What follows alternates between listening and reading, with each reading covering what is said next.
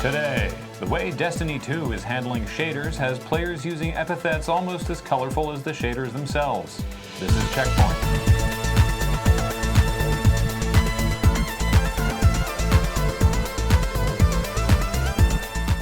Welcome to CheckPoint, where last week here in Victoria it was Beer Fest, followed by Rib Fest. And this week we have Potato Fest, Wine Fest, Cheese Fest, and Schnapps Fest. And for dessert, Pie Fest, Chocolate Cake Fest, and Baklava Fest. And to round it all out next week is Stomach Pump Fest. Final Fantasy XV director Hajime Tabata can't buy a Nintendo Switch, is the headline he instructed Kotaku to run with during an interview at PAX West last weekend. Apparently, even after his Gamescom tease that he wanted to bring Final Fantasy XV to, quote, a console that rhymes with Twitch, he still hasn't been able to actually get his hands on one. They're still super hard to find, and waiting in line at a Japanese gaming store isn't the best use of his time. Tabata concedes that he could probably just ask for one, but he doesn't want to be beholden to Nintendo in any way. So hopefully the lines die down soon, or he's going to have to show up at E3 and go, console that rhymes with Twitch? Oh, I actually meant the new Atari Gritch, which is a real thing that I didn't just make up. Okay, bye! Hey, remember the huge CSGO scandal from last year? If your memory is hazy, it was an incredibly scummy scheme that Trevor T. Martin and Thomas Syndicate Cassell cooked up to promote a CSGO gambling site they owned called CSGO Lotto. The duo rigged bets to show them winning big money on CSGO Lotto and then posted the footage to their Twitch and YouTube channels promoting the site without disclosing that they owned it and that the bets were faked. They also paid other big streamers and YouTubers to advertise the site and didn't require them to disclose it either, which is a big no-no according to the Federal Trade Commission, which actually specifically forbids people from doing this, and forbids it so hard, in fact, that the FTC brought charges against them. So why am I bringing this up now? Well, Martin and Cassell have settled with the FTC, and they are going to have to clearly disclose all the connections they might have with endorsers or promoted products and services. So nothing. I mean, if they get caught again, they could pay fines of up to $40,000, which isn't exactly pocket change. But considering they were getting percentages on all the CSGO Lotto bets being placed, they probably have that around. And while there's also still a civil suit against them, it seems like they're getting off pretty easy. People who care more about the legal workings of this case than I do have pointed out that because of these assholes, the FTC now has a clear set of guidelines about how to deal with social media influencers who fail to disclose sponsorships and promotions, and that establishes a precedent for future cases. But I'd still feel a lot better if part of the FTC settlement included an enthusiastic smack upside the head instead of the mild slap on the wrist they in fact received. Playerunknown's Battlegrounds has broken yet another milestone on Steam. A couple weeks ago, Secret Player's Punchfight Island surpassed Dota 2 as the game with the most concurrent users on Steam. Dota 2, for the record, was the first game to clear over 1 million concurrent users and still holds the all-time top record at 1.291 million. But Mystery Guy's all-caps Gunplace has cleared 1 million concurrent users itself, with Dota 2 sitting around 745,000. Both games, by the way, destroying everything else on Steam. Only Counter-Strike Global Offensive comes remotely close with 557,000. The next game on the list is Ark, with around 70,000.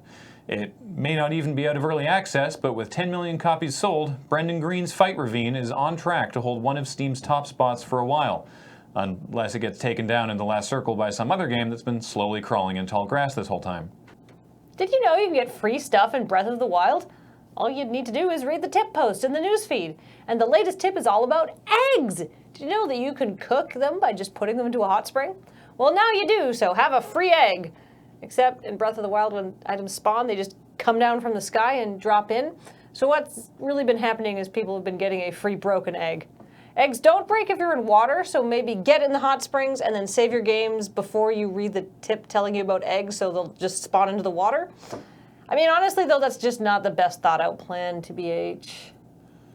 From shedding previous generation consoles in favor of bigger and more vibrant environments to actually telling the story of the game in the game, Destiny 2 has already proven a success in iterating on its predecessor by leaps and bounds, resulting in fans being either tremendously happy with their experience or even more annoyed that the PC version doesn't come out until October 24th, with one big exception. shaders. In Destiny 1, its version of armor skins, shaders, altered the appearance of your player's gear. You'd unlock the item and use it as often as you wanted to color and pattern all of your gear at once, and you could then file it away for later. Raid parties would frequently swap their day-to-day look for a raiding uniform, or play around with different looks for different loadouts. In Destiny 2, shaders can now be applied per armor piece rather than all or nothing to your whole look, but they are consumable. You put a shader on a helmet and then swap to a different shader, and that first one is gone until you randomly find another one. Or buy a loot box, called a bright engram, for a shot at getting them again. That single use also binds to the armor. In a game where the actual gameplay hook is getting more and better gear, losing the shader you've earned that you like because you've gotten a better chest plate and you're pitching the old one, this just makes me never want to use them at all. They're going to sit in my inventory like those healing items in JRPGs that you don't want to use because this isn't quite the right time for, oops, I beat the game. You can get shaders through gameplay, and Bungie's Luke Smith wants shaders to be another reward that players want to grind for. But for Destiny 1 players, it feels like a feature taking a step back in favor of microtransaction loot box economies.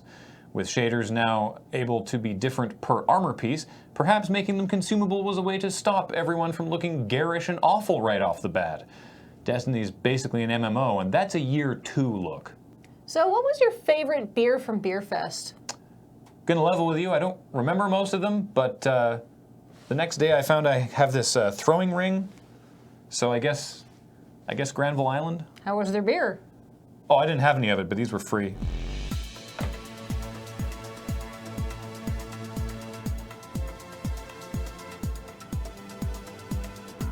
Coming up, Reggie Fils-Aimé has revealed that Nintendo only made like 50 NES Classics because they assumed it would sell as poorly as other retro-style consoles had sold for other companies. So props to Nintendo for working on supply issues for the SNES Classic, and more importantly, for pulling off the most savage shade I've seen since Pearl was on Drag Race. Well, we thought it would sell like those crappy Atari things. Yeah, exactly. I read that and I was like, fucking damn, Reggie, ouch! Burn, burn, burn, burn, burn.